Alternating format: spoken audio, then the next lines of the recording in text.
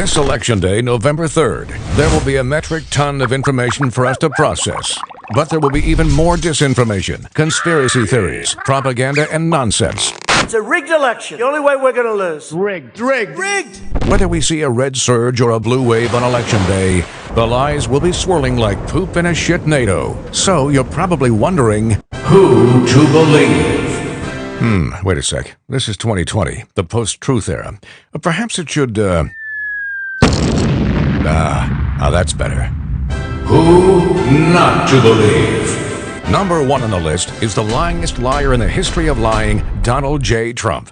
A fantabulistic, babbling, nonsensical leaf blower of lies, holding that title ever since he was first introduced to a microphone in the 1970s. Even the first cries out of his mouth as an infant, doctors found suspiciously disingenuous.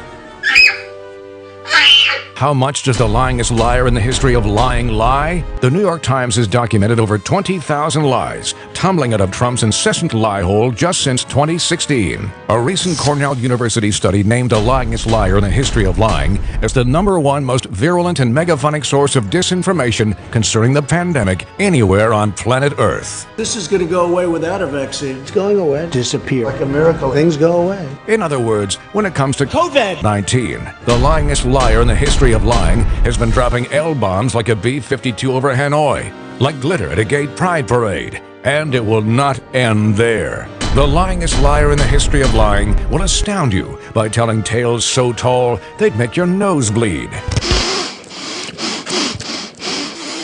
But one thing that the lyingest liar in the history of lying has not mastered is the simple art of not talking. Excuse me. A phenomenon that has converted the People's House into a virtual vomitorium of lies. Even his fragile, desperate huffing and puffing on the balcony recently was infiltrated with more lies than oxygen. That is all the history you need. Do not listen to the lyingest liar in the history of lying on election day. Do not take in the sound bites as the other side of a two-sided argument. Forget benefits of the doubt or devil's advocacy. Do not entertain for a single second the lyingest liar in the history of lying, because the lyingest liar in the history of lying's legacy of lies will hit a screeching, whining, nauseating crescendo on November 3rd. That day will make his previous lies look quaint and amateur by comparison, like the work of an apprentice. Nobody outthinks me.